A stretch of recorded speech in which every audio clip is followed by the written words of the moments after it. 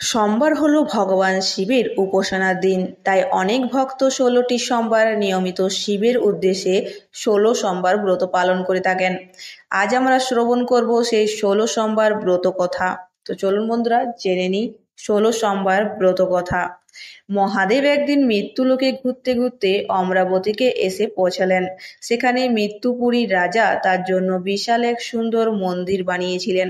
মহাদেব মুগ্ধ হয়ে দেবী পার্বতীর সাথে কিছুকাল সেখানেই বাস করতে শুরু করলেন।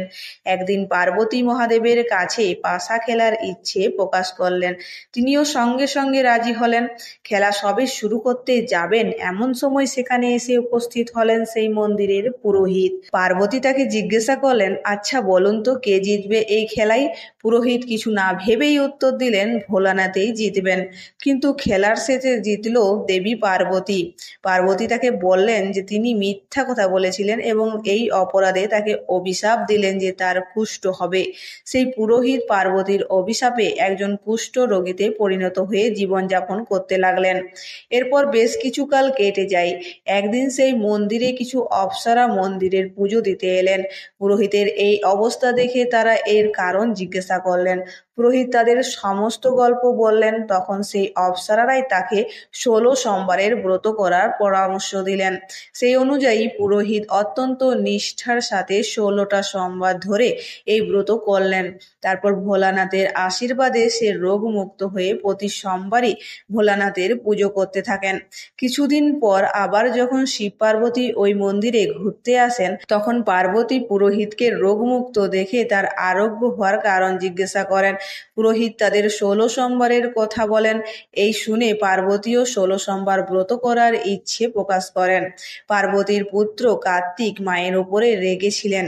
পার্বতী 16 সোমবারের ব্রত করার পর কার্তিক বাধ্য সন্তানের মতো মায়ের কাছে ফিরে এসে জিজ্ঞাসা করেন ব্যাপারটা কি।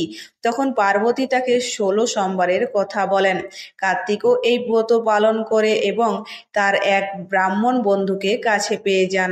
বন্ধুটি কার্তিকের কাছে জানতে চায় কি করে তাদের মিলন সম্ভব হলো। তখন কার্তিক তাকে 16 সোমবারের ব্রত কথা জানায়।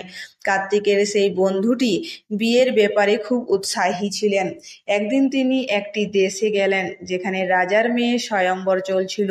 স্বয়ম্বরের নিয়ম ছিল একটি হাতির সবাই উপস্থিত যার গলায় মাল্য দান করবে সেই হবে রাজার জামাই। কার্তিকের বন্ধু তো সবাই বসেছিলেন, হঠাৎ হাতিটা এসে তার গলায় মালা পরিয়ে দেয়। অবাক বন্ধুটা বুঝতে পারেন 16 সোমবারের মহিমা।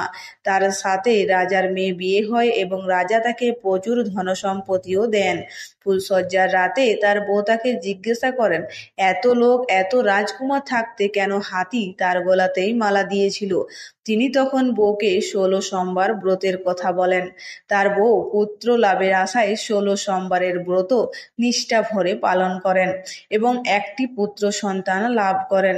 সে পুত্র বড় হয়ে মায়ের কাছে জানতে চায় মা কিভাবে তাকে পেলেন। তিনি 16 সোমবার ব্রতের কথা পুত্রকে বললেন। এইভাবে একজন থেকে অন্যজনের মুখে ছড়িয়ে 16 সোমবারের ব্রত কথা পড়ে। তো 16 সোমবার ব্রত কথা সমাপ্ত।